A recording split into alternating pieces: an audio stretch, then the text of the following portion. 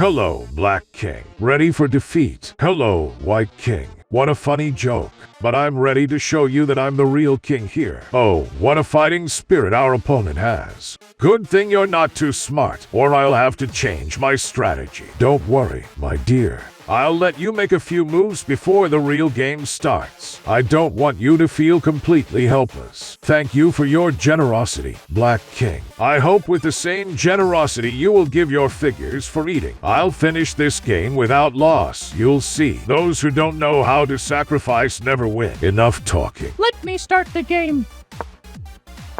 Very original debut. I'm sorry, but I don't have first move privileges. What now? His pawn on f7 is immobilized because I am on the same diagonal as the king. My first move and immediately a fork. I attack both the white queen and the e4 pawn. Which of you will be my prey? But you forgot to secure your pawn, and I ate it and also protected my pawn on f4 from you. I found someone to measure strength with. What will you oppose me? I am the black queen. I am the best. You lose pawns one by one. My move was brilliant. You left the defenseless e4 king pawn on the same file with me, and you get a very unpleasant check. Again, a mistake. The pawn on d3 opened up an opportunity for me to attack the king. Besides, I am protected by the knight on 6, and now you have to spend time defending the king while our army captures squares and develops pieces. We already have 2 knights on f6 and c6 ready for battle, while yours barely moved from their initial positions. I'm silent about the white queen. She is absolutely useless. In response to the attack on our queen, I will attack white's queen. We'll see what white does. Pawn, I destroyed their helpless queen.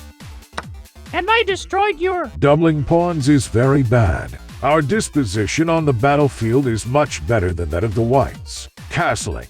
Now my rook on f8 is ready to be of use to the game, while both white rooks are absolutely useless. It's time to rush into the battlefield. Look at me, my king.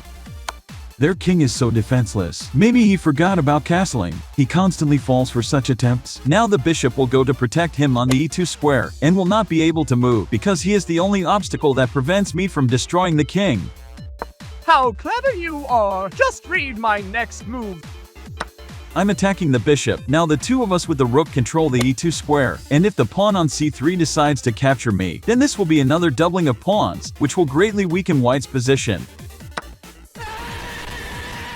Why do they anticipate our every move? Yesterday I went to the witch and brought her a hair from your head. Now I see everything you think. It's not fair. In war, all means are good, but in fact, you're just very predictable. Why do you only lead pawns into battle? I'm sorry to lead the rest. We are good friends. That's why you will lose. I'm in despair. Is this an attempt to become a queen? Haha. Now I'm in battle. No one can stop me. The rook attacked our knight. I will defend it by standing on the d6 square. Now the knight will be safe. He will not take it because the rook is much more valuable than the knight. Thanks to the pawns. Now I'm going into battle too. Rook team forward. It's time to destroy this team.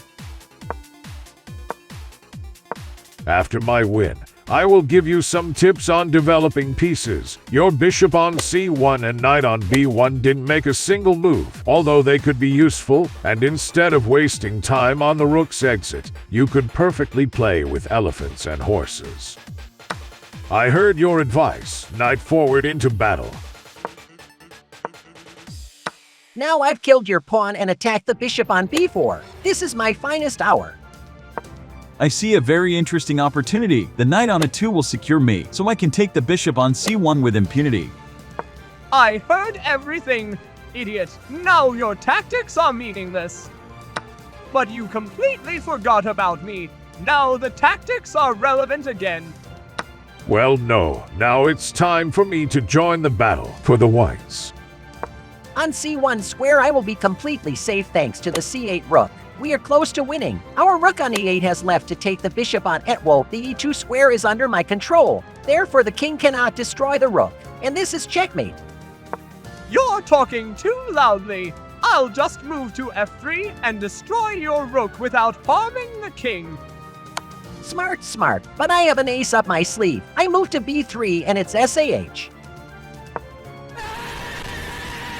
Save. It was too easy. Never get squared between two rooks. Now I just go to square c1, which controls our knight on b3, and poor king has nowhere to go. Square e1 and e2 is controlled by my brother rook on e8, and square d2 controls knight on b3. This is the most harmonious mate in my life. A curtain.